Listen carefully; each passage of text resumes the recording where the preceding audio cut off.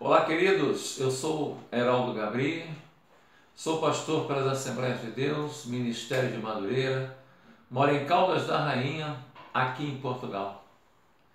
Antes de começarmos o nosso vídeo propriamente dito, quero pedir a todos que não são inscritos que se inscrevam. Se gostarem do vídeo, dê o seu joinha, dê o seu like e, se possível, acione aí o sininho para receber as nossas produções, os nossos vídeos periodicamente, às segundas, quartas e sextas. E também compartilhe com seus grupos de amigos, de pessoas que convivem com você, seja na sua igreja, na sua escola, no seu trabalho, para ajudarmos a levar a palavra do Senhor até os confins da terra. Deus abençoe a todos nessa segunda-feira, que o Senhor nos proporciona de estarmos unidos mais uma vez, gravando esse vídeo. Queremos falar hoje sobre um personagem muito peculiar, muito pouco comentado, mas muito curioso na Bíblia Sagrada. O nome dele é Barrabás. Sabemos que Barrabás teve uma participação assim momentânea, na vida de Jesus, por ocasião daquela época em que Jesus estava sendo processado, julgado e condenado pelas leis romanas. É claro que quem incentivou tudo foi o próprio povo da sua terra, os judeus. Mas vamos lá ao vídeo. Primeira coisa que eu quero ressaltar é que Barrabás, ele sabia o que nós sabemos hoje.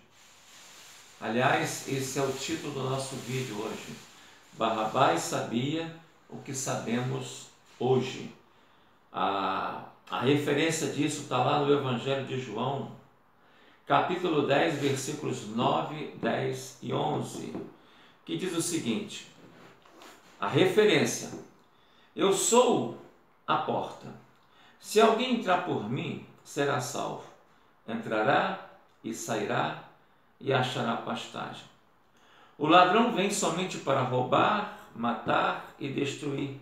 Eu vim para que tenham vida e a tenham em abundância. Eu sou o bom pastor. O bom pastor dá a vida pelas ovelhas. Vamos comentar sobre isso em algumas palavras. E vamos falar um pouquinho sobre esse personagem tão curioso, Barrabás. Primeiro, em Mateus, capítulo 27, versículo 16, ele é classificado como simplesmente um preso. Lá no Evangelho de Marcos, capítulo 15, verso 7, ele é classificado como um preso que, com outros amotinados, numa revolta, haviam matado um homem. Em Lucas, no capítulo 23, verso 19, ele é classificado como um preso por amotinação, causando um homicídio. E em João 18:40, ele é classificado apenas por um bandido. Pois bem, os 4 evangelhos falam sobre esse personagem durante a narração da paixão de Cristo. Pouco se sabe sobre ele.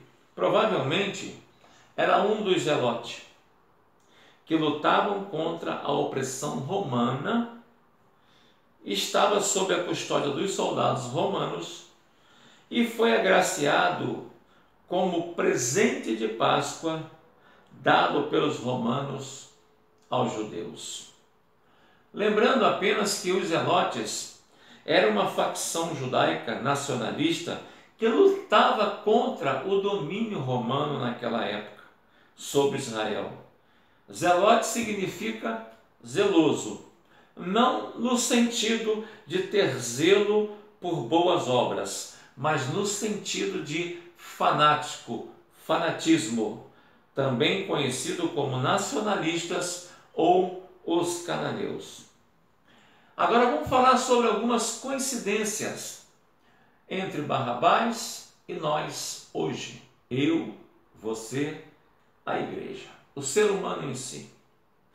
A primeira coincidência está em Marcos 15, 7. Ele sabia, ele tinha consciência de que era culpado e que a sua condenação à morte era justa.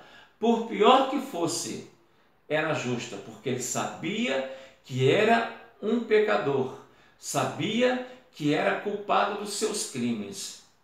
Agora, pensa bem comigo. Olha a nossa vida hoje.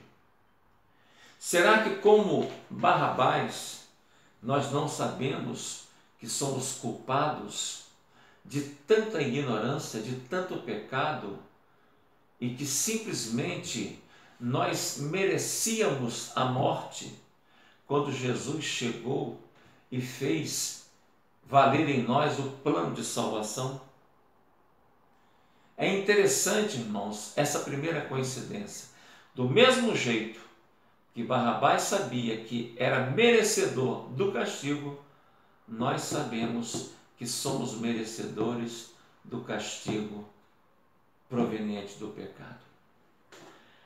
A segunda coincidência está lá em João 11, 4, João 19, 4. Barrabás sabia que Jesus era inocente.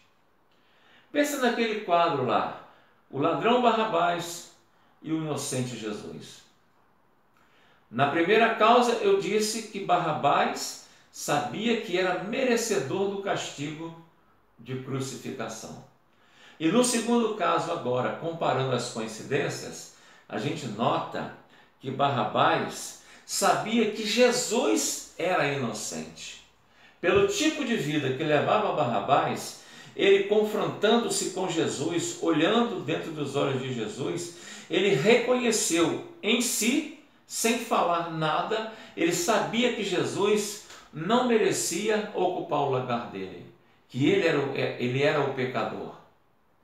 Agora passemos para os dias de hoje. Olhemos para a vida imaculada de Jesus. Olhemos para o ministério de Jesus. Sinceramente, Jesus sempre foi o inocente Jesus Cristo, o Cordeiro de Deus, imaculado, que tirou o pecado do mundo, ao passo que nós somos merecedores de todos esses castigos. E, no entanto, o Senhor Jesus assumiu as nossas culpas, se fazendo culpado, se fazendo condenação, se fazendo anátema por nós, para poder nos livrar da morte eterna. Essa foi a segunda condenação, ou seja, Barrabás sabia que Jesus era inocente. E o exemplo disso está quando Pilatos fala o seguinte: ele lhes disse: eis que vou-lo apresento para que saibais que eu não acho nele crime algum. Palavras do ímpio Pilatos, do governador Pilatos, apresentando Jesus mais uma vez aos judeus e falando: olha, eu estou apresentando a vocês mais uma vez esse homem para dizer que eu não vejo nele crime algum. A terceira coincidência que eu quero falar para vocês é que Pilatos sabia que Jesus foi condenado e pendurado na cruz em seu lugar, ou seja, o justo sofrendo pelo injusto. 1 de Pedro capítulo 3, versículo de número 18, que diz o seguinte, presta bem atenção: pois também Cristo morreu uma única vez pelos pecados, o justo pelos injustos, para conduzir-vos a Deus, morto sim na carne, mas vivificado no Espírito. Assim como nós hoje sabemos que Jesus foi pendurado na cruz em nosso lugar, volto a dizer, nós tínhamos todos os pecados, todos os atenuantes para nos levar a ser pendurado na cruz. No entanto, Jesus se fez pecado por nós, se fez maldição por nós. Jesus se deu na cruz por nós, para que, morrendo uma única vez, pudéssemos receber a remissão de nossos pecados. A quarta e penúltima coincidência que eu digo para nós é que nada fez Jesus para ser liberto. Olha só que interessante. Jesus sabia-se inocente, Pilatos sabia-se culpado, e Pilatos viu isso nele, que Jesus ficou quieto.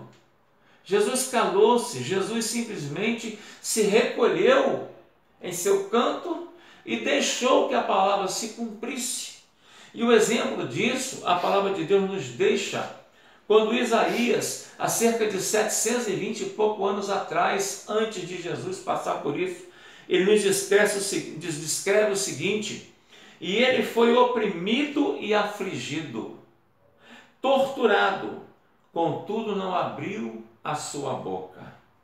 Agiu como um cordeiro levado ao matadouro, como uma ovelha que permanece muda perante seus tosquiadores. Assim, ele não abriu a sua boca.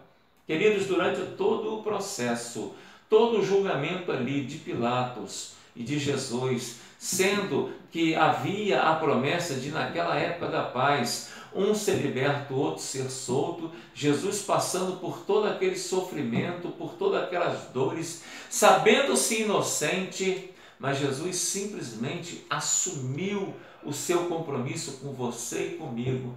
Querido, presta bem atenção no que eu vou te dizer agora. Se você hoje tem a liberdade de estar hoje curtindo o seu filho, a sua filha, a sua esposa, ter o seu trabalho, sem ninguém poder te condenar de nada, é porque o Senhor Jesus se fez maldição por você, Ele se entregou por você, Ele simplesmente se deu por você.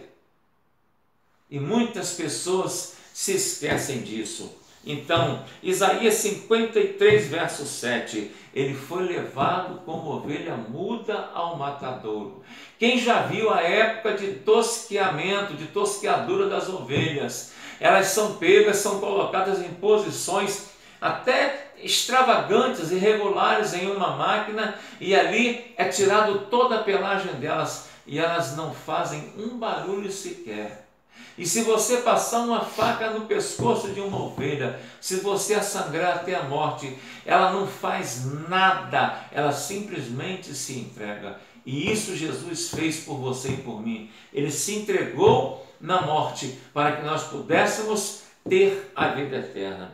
E a quinta e última coincidência que eu quero deixar: Barrabás sabia que estava totalmente livre a partir daquele momento, ou seja, juridicamente ele estava livre, pois Jesus morreu em seu lugar.